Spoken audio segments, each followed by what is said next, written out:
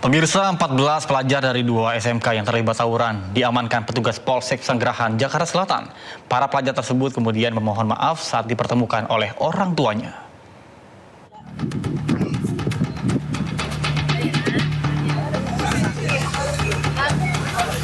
Suasana haru tercipta saat para pelajar SMK yang terlibat tawuran ini bersujud di depan orang tua mereka di Polsek Pesanggerahan, Jakarta Selatan. Bahkan di antara mereka ada yang menangis. Para pelajar meminta maaf kepada orang tua mereka setelah aksi mereka sangat meresahkan masyarakat. Para pelaku tawuran yang masih di bawah umur ini berasal dari 2 SMK berbeda di Jakarta. Mereka ditangkap karena terlibat tawuran dengan senjata tajam di kawasan Pesanggerahan Senin lalu. Bahkan salah satu pelajar menyiram air cabai ke pelaku lain hingga melukai matanya. Para pelaku tawuran yang berjumlah 14 orang ini dikenakan Undang-Undang Darurat serta Undang-Undang Perlindungan Anak. Semuanya adalah pelaku karena satu sama lain saling berjanjian untuk melakukan tawuran. Karena ini rata-rata anaknya. Anak-anak tersebut masih di bawah umur 18 sehingga kami sebutkan anak yang berhadapan dengan hukum dan juga dikenakan Undang-Undang Darurat nomor 51. Undang-Undang Darurat nomor 12 tahun 1951 dengan ancaman pidana penjara paling lama 10 tahun. Satu bilah celurit diamankan sebagai barang bukti, termasuk 2 ponsel yang digunakan para pelaku tawuran untuk saling berkomunikasi. Dari Jakarta, Helmi Sajangbati, iNews melaporkan. Pemirsa, Badan Narkotika Nasional menggerebek Kampung Ambon, Cengkareng, Jakarta Barat. Puluhan orang beserta barang bukti narkoba, airsoft gun, dan senjata tajam turut diamankan.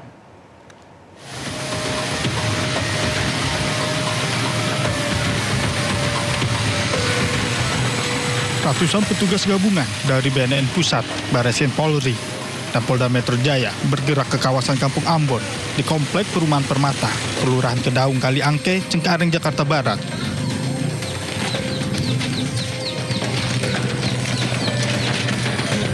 Dari penggerebekan, puluhan pria ditangkap petugas.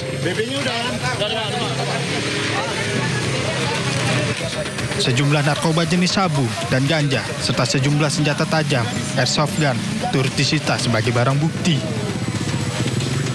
Nah, hari ini kita lakukan operasi terhadap beberapa titik yang kita dapatkan ada beberapa barang bukti, termasuk juga ada sindikasi terkait dengan beberapa jaringan yang ada di wilayah Kampung Ambon. Sementara ada puluhan orang diamankan. Nah, saat ini kita lakukan interogasi untuk mendapatkan satu kepastian apakah dia dalam jaringan narkoba. Penggerbekan dilakukan lantaran kawasan ini menjadi salah satu sarang peredaran narkoba di Jakarta. Dari Jakarta, Miftahul Gani, iNews melaporkan. Pria nekat menabrakkan diri ke mobil yang melintas di Jalan Kiai Haji Mas Mansur, Tanah Abang, Jakarta Pusat berhasil ditangkap polisi. Setelah diperiksa, pelaku mengalami gangguan kejiwaan.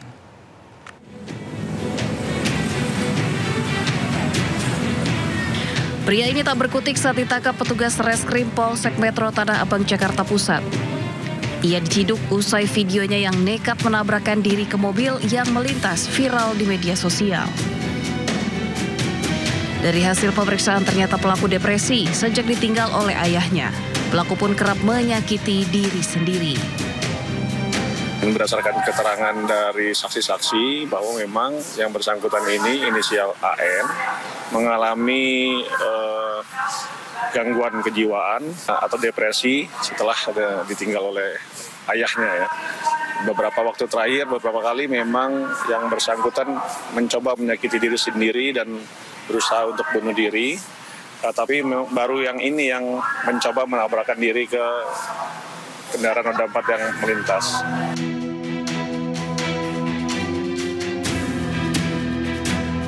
Sebelumnya beredar di media sosial video saat pelaku tiba-tiba menabrakkan diri ke mobil yang melintas. Peristiwa ini terjadi di Jalan Kiai Haji Mas Mansur, Tanah Abang, Jakarta Pusat. Polisi pun menghimbau kepada para pengguna jalan agar selalu waspada ketika berkendara dan segera melapor jika menemukan adanya indikasi tindak kejahatan. Dari Jakarta, Rani Sanjaya, iNews melaporkan. Sementara itu, akibat sakit hati karena sering mengalami perundungan dari teman-temannya, Seorang santri di Aceh Besar nekat membakar pesantren tempatnya mondok dan akibat perbuatannya pelaku terpaksa mendekam di balik jeruji besi.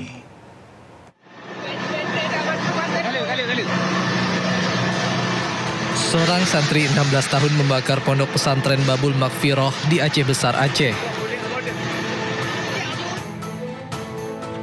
Berbekal petunjuk kamera pengawas, pelaku yang masih anak di bawah umur itu ditangkap petugas di rumah orang tuanya di Kabupaten Aceh Besar. Pelaku nekat membakar pesantren tempatnya mondok karena sering alami perundungan dari teman-temannya. Ini pihak daya mengalami kerugian material dan tidak menimbulkan luka berat ataupun meninggal dunia. Jadi hanya murni kerugian material. Dan motif dari tersangka melakukan pembakaran ini adalah karena sakit hati. Tersangka sakit hati sama temannya yang karena dia sering dibully, diejek oleh teman-teman santrinya. Meski tidak ada korban jiwa dalam kebakaran itu, namun kerugian material ditaksir mencapai 2 miliar rupiah. Untuk mempertanggungjawabkan perbuatannya, pelaku ditahan di sel khusus anak di Banda Aceh. Pemirsa, polisi melakukan gelar olah tempat kejadian perkara di rumah Hakim Pengadilan Negeri Medan, Hamozaro Waru, yang terbakar. Sebelumnya muncul spekulasi rumah hakim terbakar sedang menangani kasus korupsi jalan di Sumatera Utara.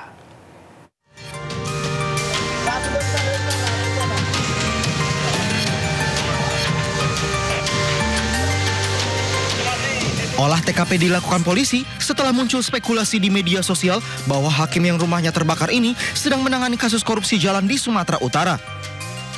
Tim gabungan mengecek ke dalam kamar rumah yang menjadi objek kebakaran. Beberapa barang bukti telah diamankan petugas ke Polsek Sunggal. Sementara itu beberapa saksi juga telah dimintai keterangan. Polisi mengatakan pihaknya akan melakukan crime investigation atau investigasi kriminal dan menunggu hasil pemeriksaan dari tim Lab 4 Polda Sumut. Hari ini kami masih bekerja untuk olah TKP lanjutan. Kemarin sudah dilakukan olah TKP awal, namun demikian sekarang posisinya kita lanjutkan untuk olah TKP lanjutan bersama dengan Inavis dan bersama dengan tim laboratorium forensik. Kita akan melihat sumber apinya dan kita padukan dengan hasil olah TKP dan kita padukan dari hasil keterangan para saksi dan pemilik rumah. Sebelumnya rumah Hakim Kahmozaro Waru diketahui terbakar pada Selasa pagi lalu. Meski api dapat dipadamkan dalam waktu singkat, kebakaran menghanguskan kamar utama milik hakim. Sementara itu, Mahkamah Agung telah memerintahkan seluruh pengadilan untuk meningkatkan protokol keamanan bagi para hakim menyusul terjadinya insiden kebakaran ini. Dari Medan, Sumatera Utara, Ahmad Ridwan Nasution, iNews melaporkan.